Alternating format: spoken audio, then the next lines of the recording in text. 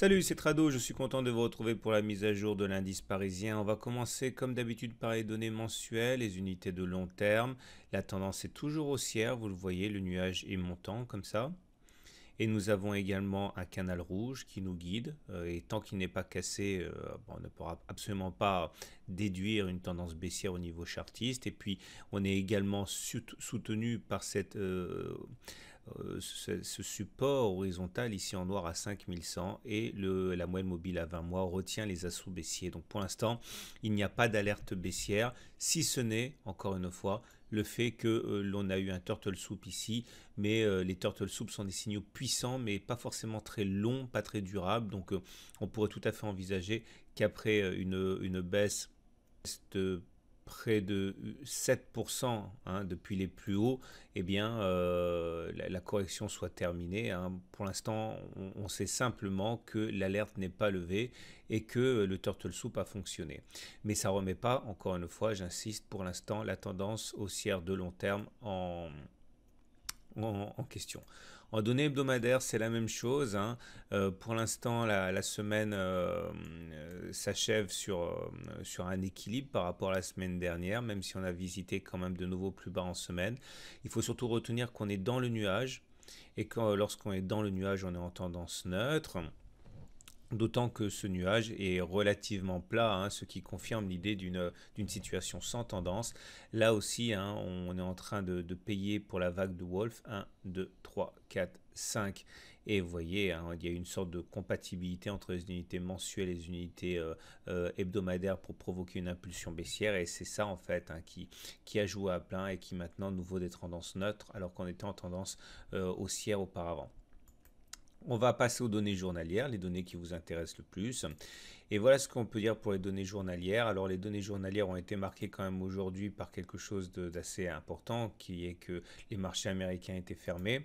Et ils étaient fermés à un moment où ils auraient pu éventuellement mal réagir, puisqu'il faut comprendre que les représailles s'accélèrent sur le plan du libre-échange, avec d'un côté les Américains qui ont refusé à China Mobile, un opérateur chinois, l'accès au marché américain. De l'autre côté, les Chinois ont interdit à Micron, un géant américain des puces électroniques, de vendre certains de ses produits en Chine. Donc vous voyez, c'est quand même assez tendu. Et les marchés américains n'ont pas pu mal réagir à cette nouvelle, puisqu'ils étaient fermés.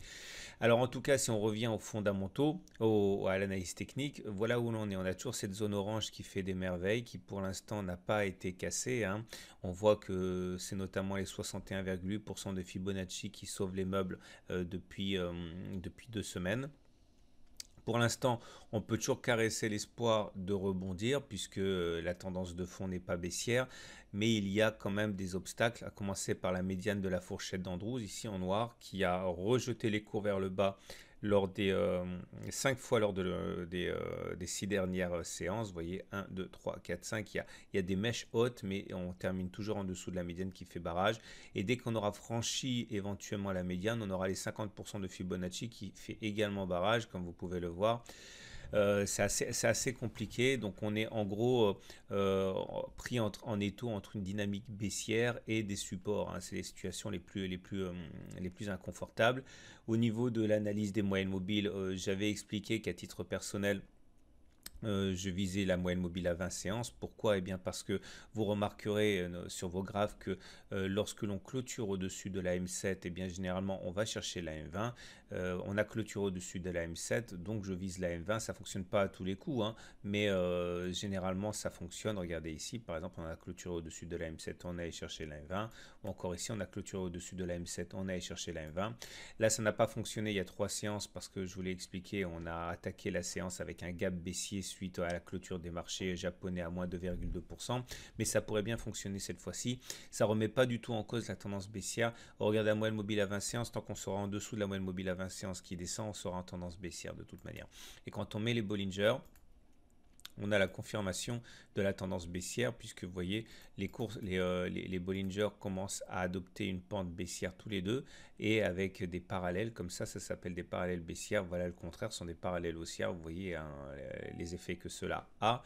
Et encore une fois, hein, s'il n'y avait pas cette zone de support, ça baisserait davantage. Et il faut donc vraiment se méfier de ce qui se passe actuellement. Ça s'apparente quand même sérieusement à un rebond technique pour le moment. Les indicateurs techniques, on l'a vu déjà, sont globalement baissiers puisque le MACD est sous son signal, le momentum est sous 0 et le récit est sous 50. Maintenant, il y a des petits signaux de rebond technique, hein, avec notamment le MACD 0 retard qui a croisé son signal il y a 5 séances et qui pourrait donner vie à la divergence haussière ici que l'on voit sur le RSI en termes de matérialisation hein, au niveau des cours. D'ailleurs, ce qui se passe actuellement est à mon avis hein, directement lié aux indicateurs techniques et à la survente à laquelle on assiste hein, sur ces indicateurs. En termes de chandelier japonais maintenant, j'avais signalé une étoile du matin, c'était mercredi, vous voyez, bougie rouge, bougie verte, bougie verte. Elle était discutable, hein, puisque les puristes aiment bien que ça se retrouve en fin de tendance baissière. Là, on était plutôt dans une sorte de latéralisation depuis 5 ou 6 séances. Donc, on va dire étoile du matin de qualité médiocre. D'ailleurs, la séance du jour n'invalide pas ni ne valide cette étoile du matin. Il arrive assez souvent hein, que l'on végète comme ça avant éventuellement de produire des effets.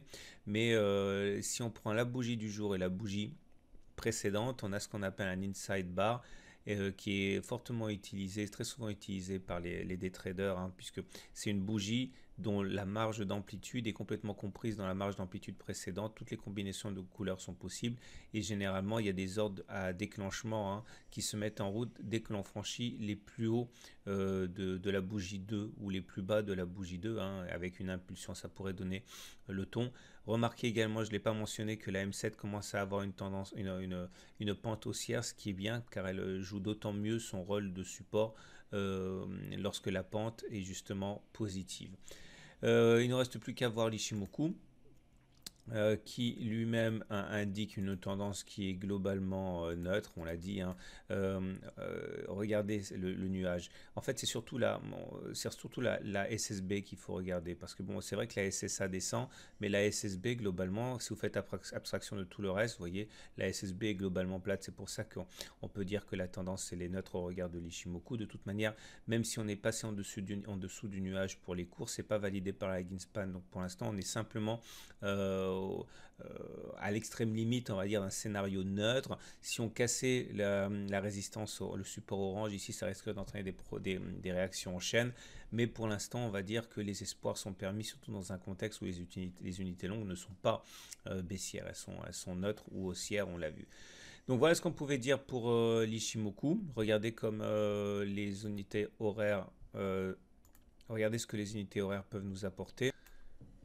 Donc, je considère qu'au-dessus des 5312, un retour sur les 5334, 20 points plus haut est tout à fait possible. Au-dessus de 5337, on s'ouvre un potentiel de 16 points hein, pour aller chercher 5353. Par contre, en dessous de 5307, on irait sans doute visiter les 5293. Voilà ce que je pouvais dire. Voilà la matrice de trading que j'utiliserai pour demain. Je vous souhaite une très bonne journée. À demain pour la mise à jour.